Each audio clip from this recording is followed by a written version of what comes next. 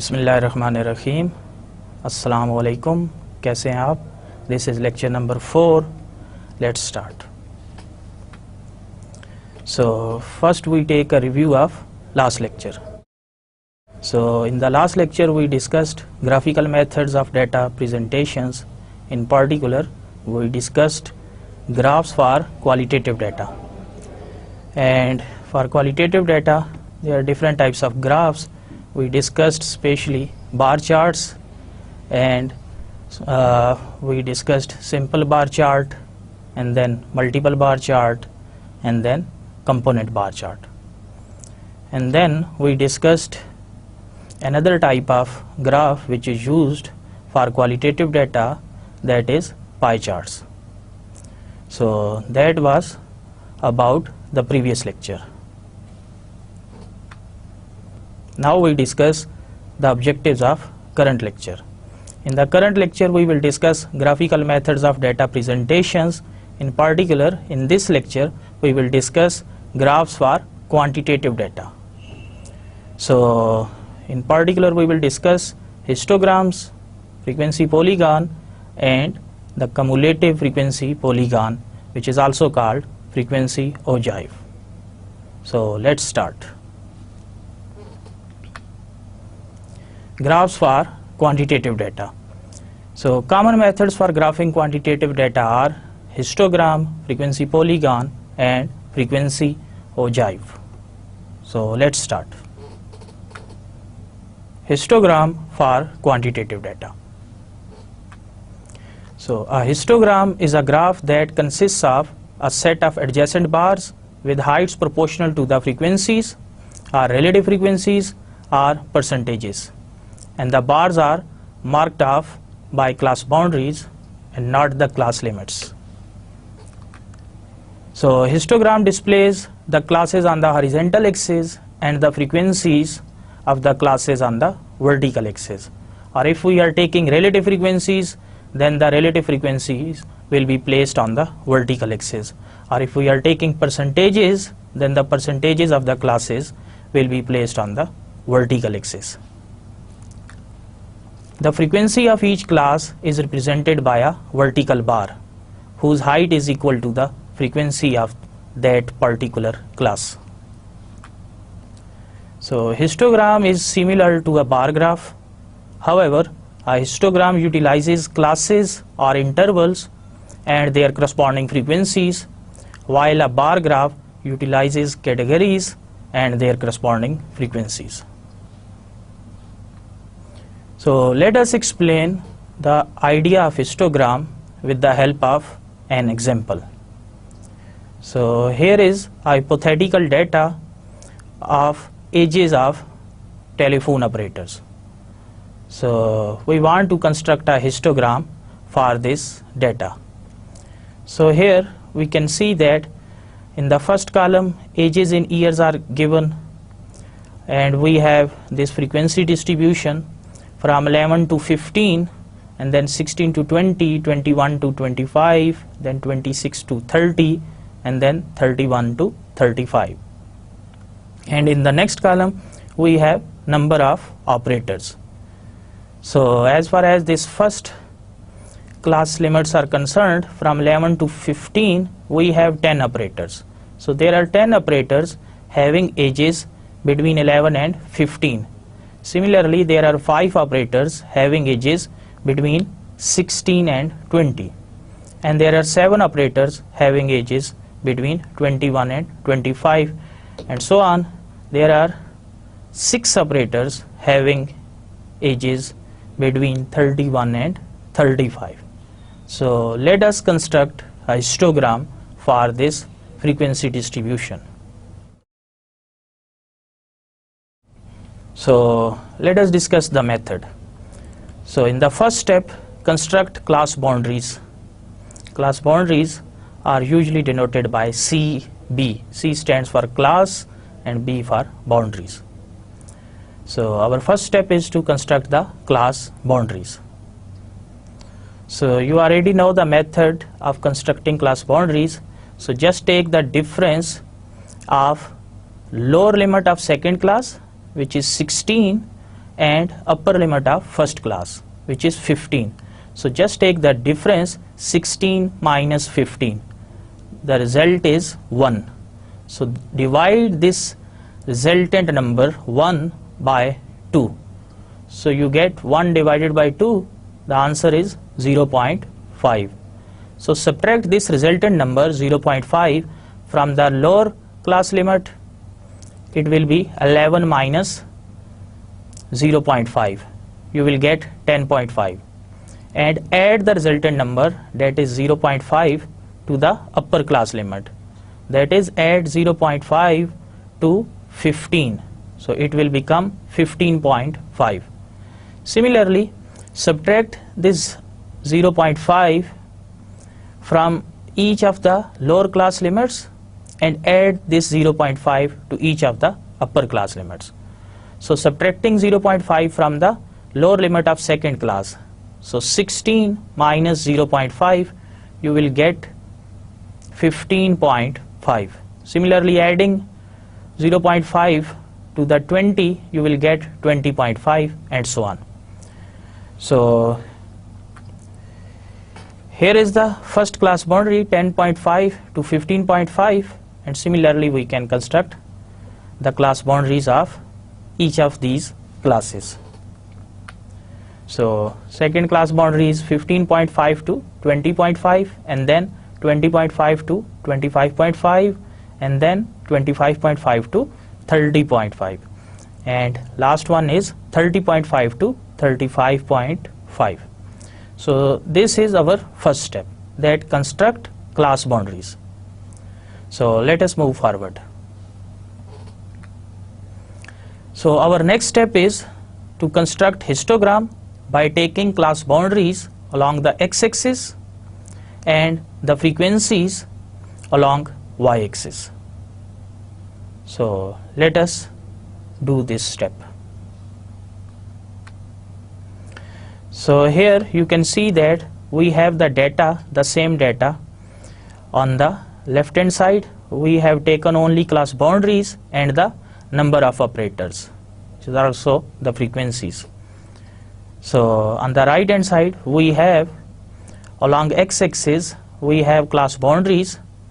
So in order to complete the scale, this first is 0, and then this bar is marked as 10.5, and then 10.5 to 15.5, then 15.5 to 20.5, then 20.5 to 25.5, and last one is 30.5 to 35.5.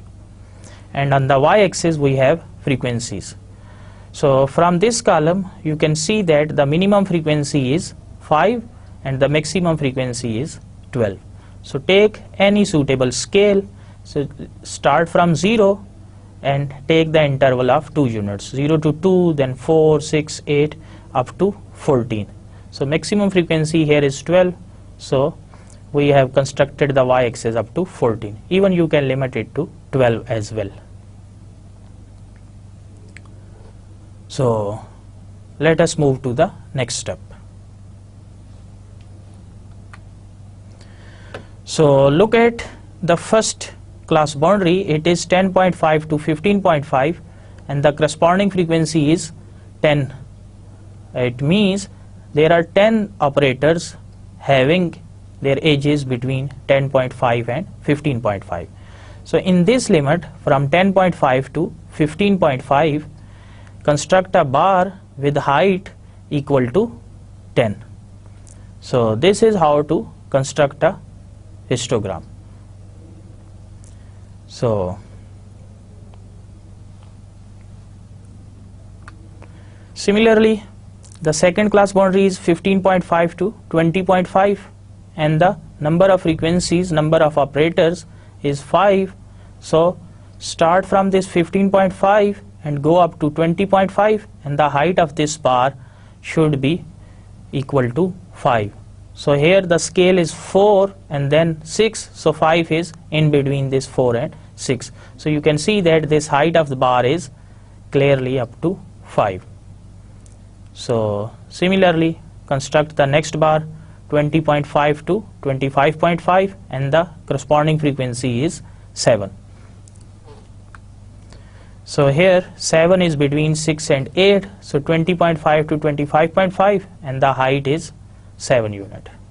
Similarly, the next bar is 25.5 to 30.5, and the corresponding frequency is 12. So here we have 25.5 and this one is 30.5. The height of this bar should go up to 12. So here is our next bar, and last one is 30.5 to 35.5, and the corresponding frequency is 6. So start from this point, which is 30.5, and last one is 35.5, and then construct a bar with height equal to 6. So that's it. So this is how to construct a histogram. Note that the height of bars is proportional to their corresponding frequencies, and the width of bar, each bar is same, and most importantly the bars are now adjacent to each other. So there is no gap between the bars, as opposed to the bar chart where all the bars are they are separated by certain gap, certain width. But here in case of histogram, the bars are adjacent to each other.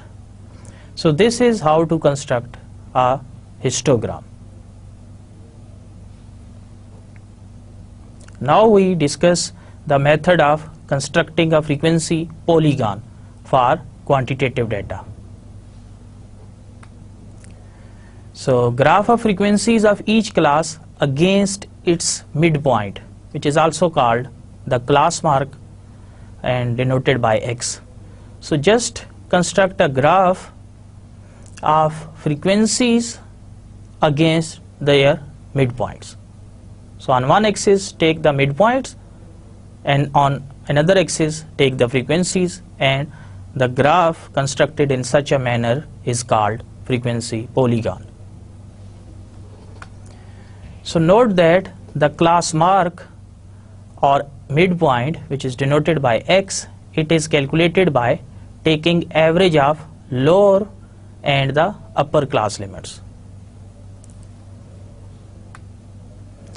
So let us explain the frequency polygon with the help of an example. We are considering the same data set, which is the ages of telephone operators.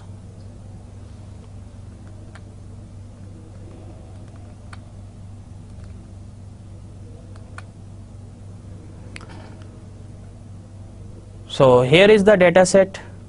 On the first column we have ages in years. On second column we have number of operators, and in the next column we constructed the midpoint, which is X.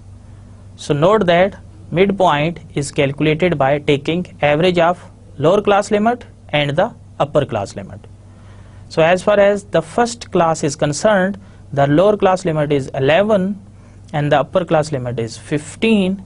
So if we take the average, so average is 11 plus 15 divided by 2. So just add these two numbers and divide the sum by 2. So 11 plus 15 we get 26, divided by 2 the average is 13. So this is the first midpoint or midpoint of the first class. So similarly, in order to calculate the midpoint of second class, we have to take the average of number 16, which is lower class limit of second class, and the number 20, which is upper class limit of the second class. So just take the average of these two numbers. So in order to take the average, just add 16 and 20. So 16 plus 20 we get 36. Divide this sum, which is 36, by 2. So 36 divided by 2 we get 18. Similarly, we can find the midpoint of third class. 21 plus 25, which is equal to 46, divided by 2 we get 23. Similarly, 26 plus 30 we get 56, divided by 2 we get 28. And last one is 31 plus 35, we get 66 divided by 2, the answer is 33. So this is how to find the midpoints. So this is our first step. So now if we construct a graph of the frequencies of each class against its midpoint, so then this will be the frequency polygon. So let us discuss the method of constructing frequency polygon. So first step, take midpoints along x-axis and frequencies along y-axis. So here is the same data, and below the data we have the graph. Note that on x-axis we have the midpoints 13, 18, 23, 28, 33. In order to construct this graph properly, we have selected 8 number as well. So because this scale on x-axis, it must start from 0. So on y-axis we have the frequencies. So the minimum frequency is 0, and this scale starts from 0 to 14, which covers the minimum and the maximum value. So minimum value is 5 and the maximum is 12. So this frequency, this range should go up to 12. So here in this case the graph is showing the frequencies up to 14. It means this range is fully covered in this frequency. So this is our first step, that along x-axis take the midpoint and along y-axis take the frequencies. Okay, next step is construct bars with height proportional to the corresponding frequency.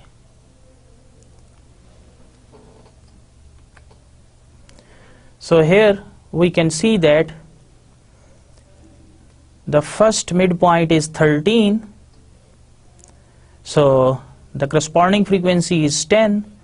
So along the midpoint just construct a bar having equal distance on both sides of this midpoint.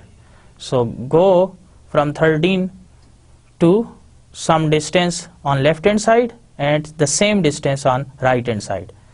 So this will indicate the width of this bar, and the height of bar should be equal to the frequency, 10 in this case. So you can see that this height of this bar is of 10 units. So next, second midpoint is 18. So here we have 18. Again go some distance on the left side of 18 and the same distance on the right side of 18, and construct a bar with height proportional to 5 units. So you can see that this 5 is between 4 and 6.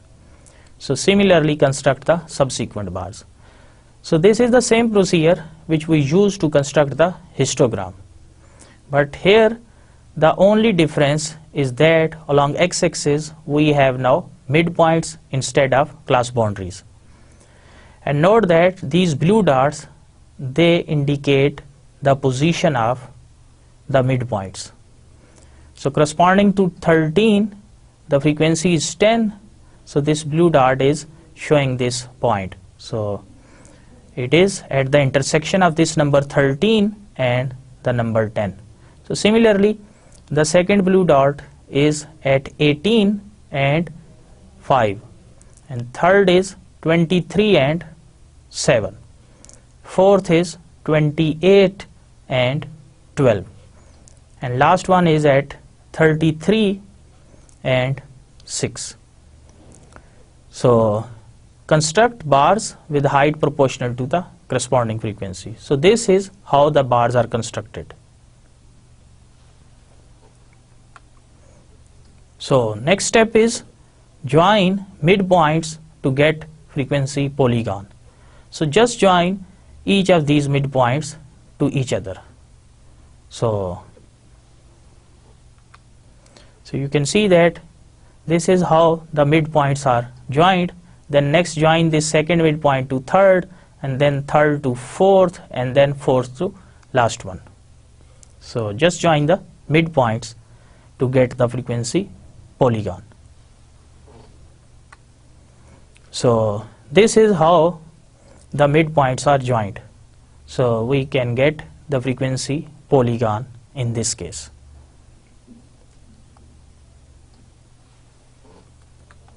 Now we discuss cumulative frequency polygon, which is also called ogive for the quantitative data.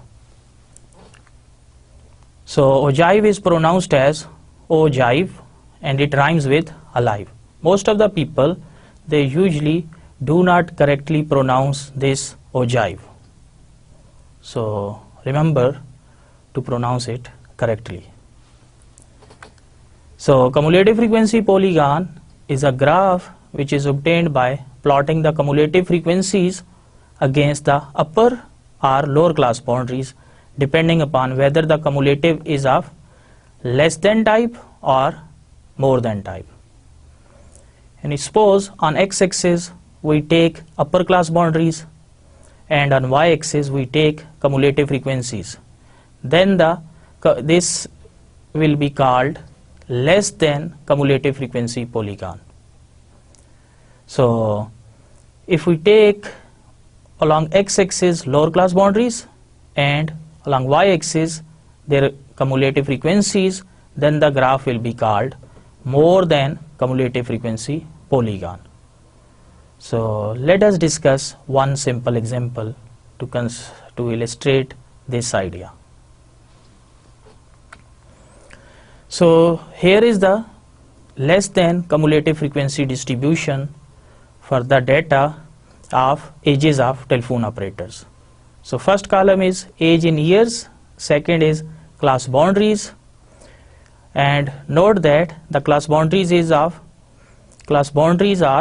of less than type. So less than 15.5, less than 20.5, less than 25.5, and remember that this 15.5 is the upper class boundary, 20.5 is the upper class boundary of the next class, 25.5 is the upper class boundary of the third class, and similarly 35.5 is the upper class boundary of the last class.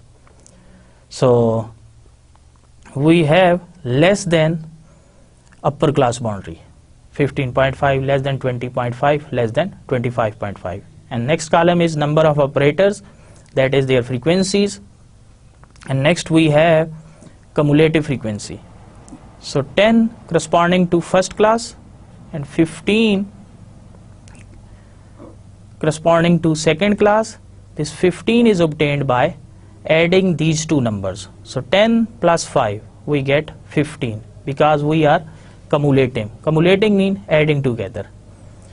So next less than 25.5, so add this 7 to this 15.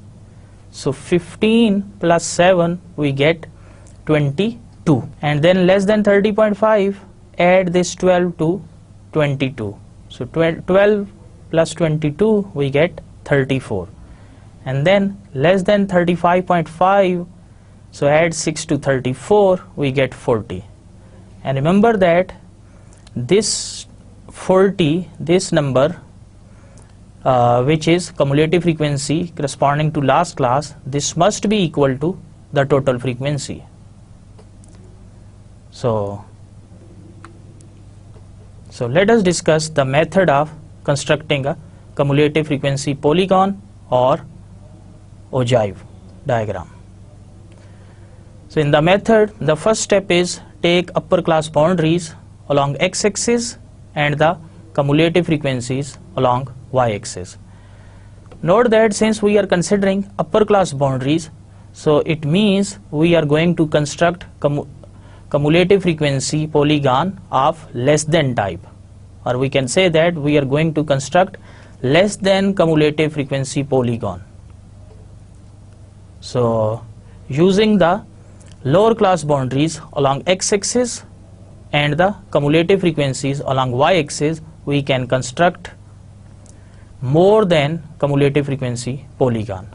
But as far as this example is concerned, we are interested in constructing less than cumulative frequency polygon, which can be constructed by taking upper class boundaries along x-axis and their corresponding cumulative frequencies along y-axis. So in the first step, take upper class boundaries along x-axis and the cumulative frequencies along y-axis. So here is the same data. In the first column we have class boundaries less than 15.5 and the cumulative frequency, which is 10, less than 20.5, cumulative frequency is 15, and so on. Less than, last one is less than 35.5, the cumulative frequency is 40.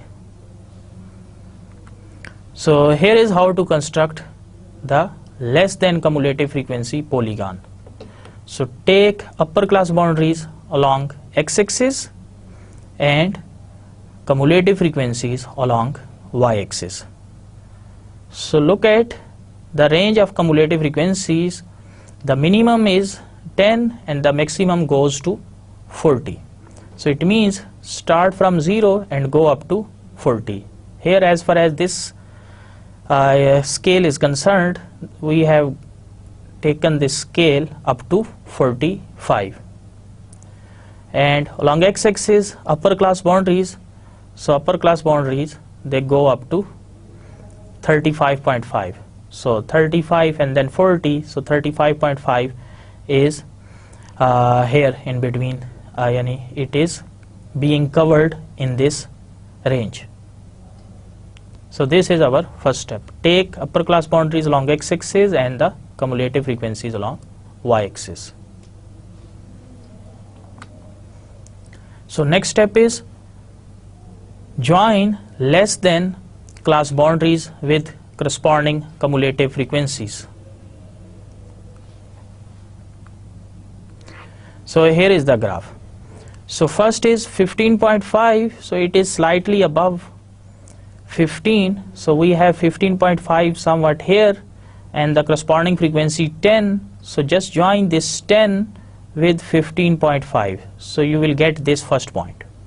So similarly, less than 20.5, so 20.5, and then corresponding frequency is 15.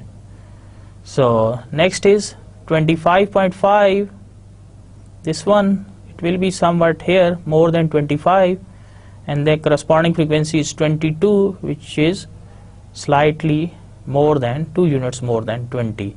So just construct this third point, and next is 34, which corresponds to 35.5, so 30.5, so 30.5, and we have 34, which is slightly less than 35, and last one is less than 35.5, and the corresponding cumulative frequency is 40, so 35.5, so which is here in between, and the corresponding frequency is 40. So just draw the dots and then join the dots to get the less than cumulative frequency polygon or ogive diagram. So this is how we can construct less than cumulative frequency polygon. So using the same procedure, we can construct more than cumulative frequency polygon as well. In that case, we have to take lower class boundaries along x-axis and the cumulative frequencies along y-axis. So this is the procedure of cumulative frequency polygon.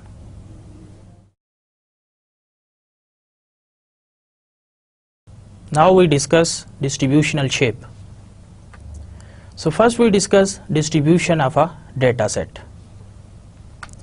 So the distribution of a data set is a table, a graph, or a formula that provides the values of the data set and how often they occur.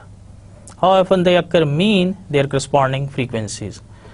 So we can have a table, and where first column can contain different ranges, let's say 11 to 15, and then next column containing their frequencies.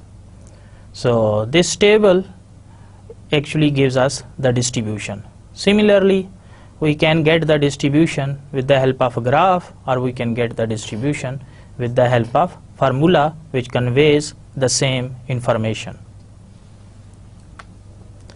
So an important aspect of the distribution of a quantitative data is its shape. The shape of a distribution frequently plays a role in determining the appropriate method of statistical analysis. To identify the shape of a distribution, the best approach usually is to use a smooth curve that approximates the overall pattern of the shape. So here we have a figure which displays the relative frequency histogram for the heights of 300 female students. So on x-axis we have the heights, and on y-axis we have the corresponding frequencies. So this is the histogram. So you can see that this histogram includes a smooth curve. This curve which is drawn above the histogram. So this smooth curve approximates the overall shape of the distribution. So we have just drawn the smooth curve in order to capture the overall pattern which is shown by the bars of the histogram. So note that both the histogram and the smooth curve, they show that this distribution of height is bell shaped. So you can see that this smooth curve, it is looking like a bell. So but the smooth curve makes seeing the shape a little easier as compared to the histogram. So that's why the distributional shape, in order to get the distributional shape, we usually draw a smooth curve. So now what are the advantages of drawing a smooth curve? So smooth curve, it skips minor differences in shape and concentrate on overall pattern. So here you can see that some of the bars, they are outside this smooth curve and some are inside. So but overall this smooth curve is showing that the histogram is of bell shape. So now we discuss the frequency distributions which are used in practice. So common type of frequency distributions which are used in practice are: first we discuss the symmetric distributions. So in the symmetric distributions we have first the normal distribution or the bell shaped. So here is the graph. You can see that the shape of the distribution is just like a bell. So that's why it is called the bell shape. So if we draw the distributional graph of normal distribution, we get this bell shaped curve. So in future we will use this normal distribution most often. So if I draw a line here, so you can see that area to the left of this bar is same as area to the right of this red bar. So on the right hand side we have 50% of the distribution, and on the left hand side we have the remaining 50% of the distribution. So if the distributional shape is such that we can divide it into two equal parts, so then this distribution will be called the symmetric distribution. So 50% area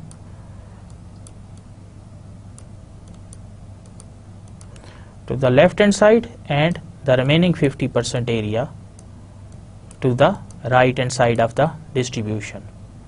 So this is called the symmetric distribution. So normal distribution is symmetric distribution. So next we discuss triangular distribution, it is also a symmetric distribution. So here is the shape of triangular distribution. So you can see that it is just like a triangle. So that's why it is called triangular distribution. So again, if we subdivide this shape into two parts, we can see that 50% on the left hand side and 50% of the area is on the right hand side. So triangular distribution is also symmetric. So the third type of symmetric distribution is the uniform distribution, which is also called rectangular distribution. So here is the shape of uniform distribution. So you can see that overall the frequency of each and every possible point is throughout the same.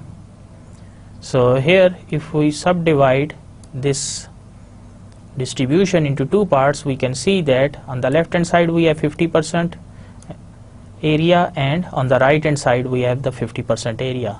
So this is again a symmetric distribution, or since the shape is matching with the rectangle, it is also called rectangular distribution. So these are the three main types of symmetric distribution.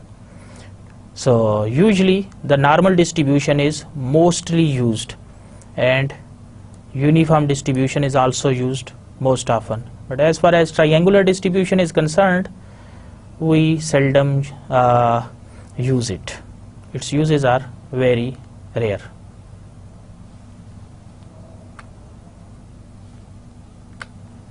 Okay, next we discuss asymmetric distributions, or they are also called skewed distribution.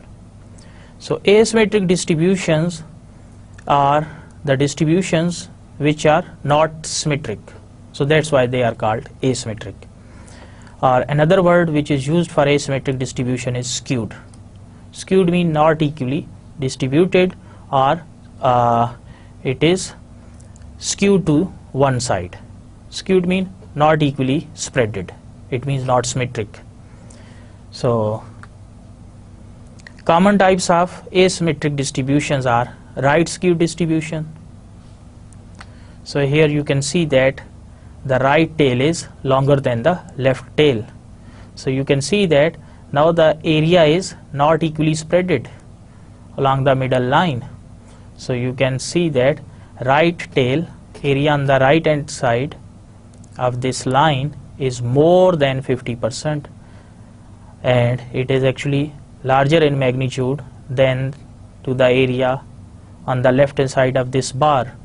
So that's why it is called right skewed distribution. And next we discuss left skewed distribution. So left skewed distribution is if left hand side is longer than the right hand side. So here you can see that left tail is longer than the right tail. So if we draw a middle line, so then the area to the left of this red line is larger than the area to the right of this line. So that is why it is called left skewed.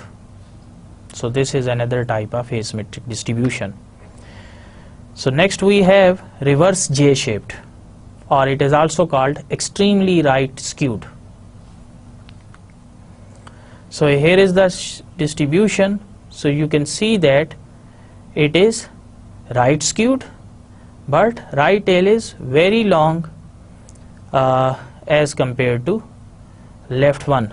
So it is called extremely right skewed, or it is also called reverse J-shaped. So J is usually written in this form. So this is letter J. So if we write it in reverse order, so you get the same distribution. So last one is J-shaped, or extremely left skewed. So here is the graph. So you can see that it is matching the letter J in some way. So this is letter J. So this distribution is just like the letter J, that's why it is called J-shaped, or extremely left skewed because left side is very long as compared to right side. So these are the common distributions which are all asymmetric.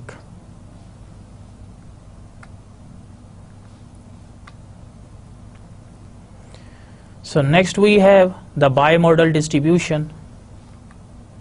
So here is the shape of bimodal distributions. You can see that there are two peaks. So this peak refers to the highest frequency. So it is this peak is its mode. So similarly here we have the second mode. So this is the first mode and this is the second mode. So if value is, suppose we have here 10 here, so we will say that 10 is the first mode, and suppose here we have 15, so 15 is the second mode. So this is the bimodal distribution. Bi for 2 and mode mean the highest frequency. So if there are two spikes or two peaks, it is called the bimodal distribution. And remember that this bell-shaped curve, it is unimodal. It is symmetric, it is also called unimodal. Unimodal means it has only one peak, or highest frequency is called mode. So if peak is occurring at 10, so we will say that the mode is occurring at 10. So if a distribution has only one mode, it is called unimodal. If it has two modes or two peaks, it will be called bimodal distribution. So next we have multimodal distributions. So multimodal mean if a distribution has more than two modes, so three or more modes. So here is the shape of a trimodal distribution.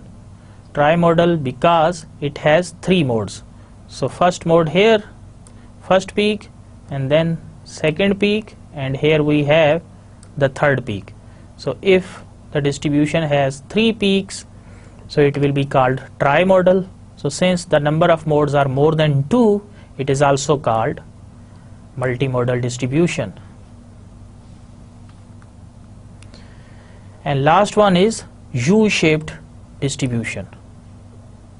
So as the name suggests, the shape of the distribution will be the English alphabet U. So here is the U-shaped distribution. So you can see that the shape of the distribution is U-shaped. It is just like the letter U. So you can see that on the extreme portions, here on the extreme right and on the extreme left, most of the area lies. But as far as this middle portion is concerned, we can see that middle portion has very few area, but most of the probability is occurring on both extremes, and very few probability is occurring in the middle. So this is the U-shaped distribution. So this is all about different distributions which are used in practice. Now we discuss how to identify the distribution of a particular data set. Suppose we have a data set and we want to find its distribution. So how we will find the distribution? So let us explain this idea with the help of an example. Suppose we have data on size of the households. The relative frequency histogram for household size in the US is shown in figure here. So on x-axis we have number of individuals or household size, and on y-axis we have the corresponding relative frequencies. So this is the relative frequency histogram of household size. So we can see that as far as this first bar is concerned, its height goes up to around 27%, 0.27 or 27%. So it means 27% of the households have size 1, and there are one individual living in 27% of the houses, and there are two individuals who are living in around 34% of the houses, and three individuals, they are living in 16% of the houses. So this is the relative frequency histogram. So we want to identify the distribution of household size. So how to do this? So question is, identify the distributional shape for sizes of US households. So how to do this? Let us proceed.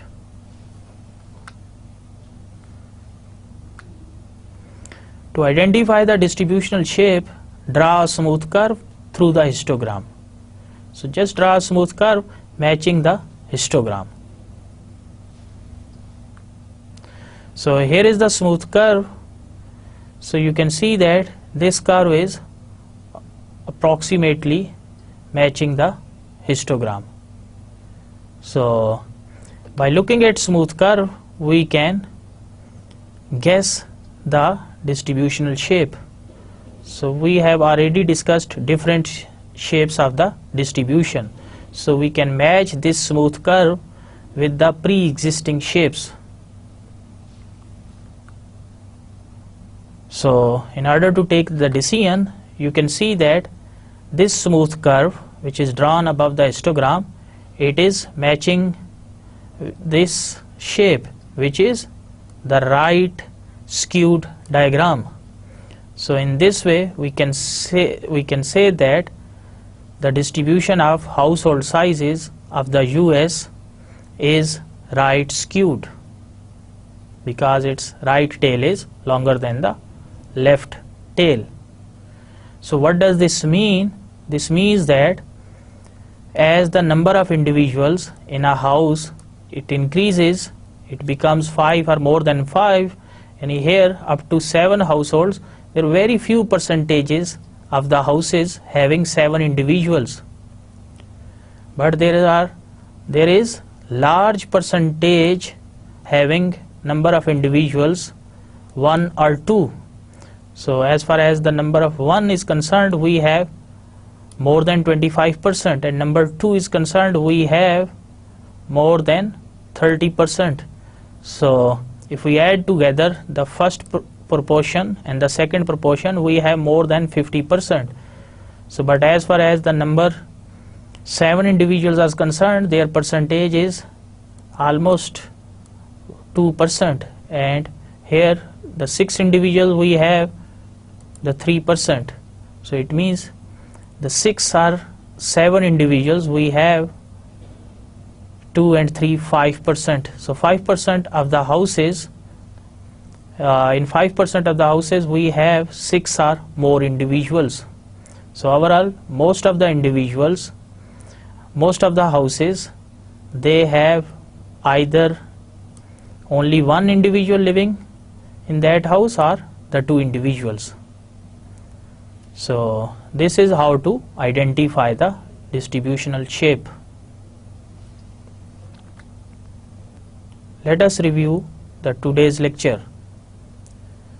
So the main concepts which we discussed in today's lecture are the graphical methods of data presentations.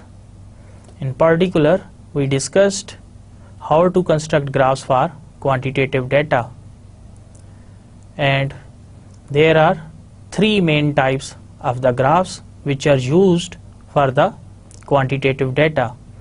The first one we discussed, histogram, and histogram is usually constructed by taking class boundaries along x-axis and corresponding frequencies along y-axis. And the histogram is a graph of adjacent bars with heights proportional to the corresponding frequencies. And then we discussed frequency polygon. In the frequency polygon, we took midpoints along the x-axis and the corresponding frequencies along y-axis, and then we connected the midpoints to get the frequency polygon. And last concept which we discussed is the cumulative frequency polygon, which is also called frequency ogive. So in order to construct frequency ogive diagram or the cumulative frequency polygon, we have to construct two types of these the cumulative frequency polygon. One is less than cumulative frequency polygon and the other is more than cumulative frequency polygon. In the less than type, that is less than cumulative frequency polygon, we take along x-axis the upper class boundaries and along y-axis we take cumulative frequencies and we construct a graph. And in the more than cumulative frequency polygon, we take along x-axis the lower class boundaries and along y-axis the corresponding cumulative frequencies, and then we connect all the frequencies with their corresponding cross boundaries to get a graph, which is also called frequency ogive. So that was all that we discussed in today's session. In the next lecture, I will introduce you to the Microsoft Excel program, and we will learn the basics of Microsoft Excel and how to write basic formulas in Microsoft Excel and its basic environment, and then we will also discuss how to construct different types of tables. In particular, we will discuss how to construct frequency tables or how to construct a simple frequency. And in addition, we will also discuss how to construct graphs in MS Excel. And in particular, we will discuss how to construct simple bar chart, how to construct multiple bar charts, how to construct component bar charts. And we will also discuss how to construct pie charts, how to construct histograms in Microsoft Excel. So till then, Allah Hafiz.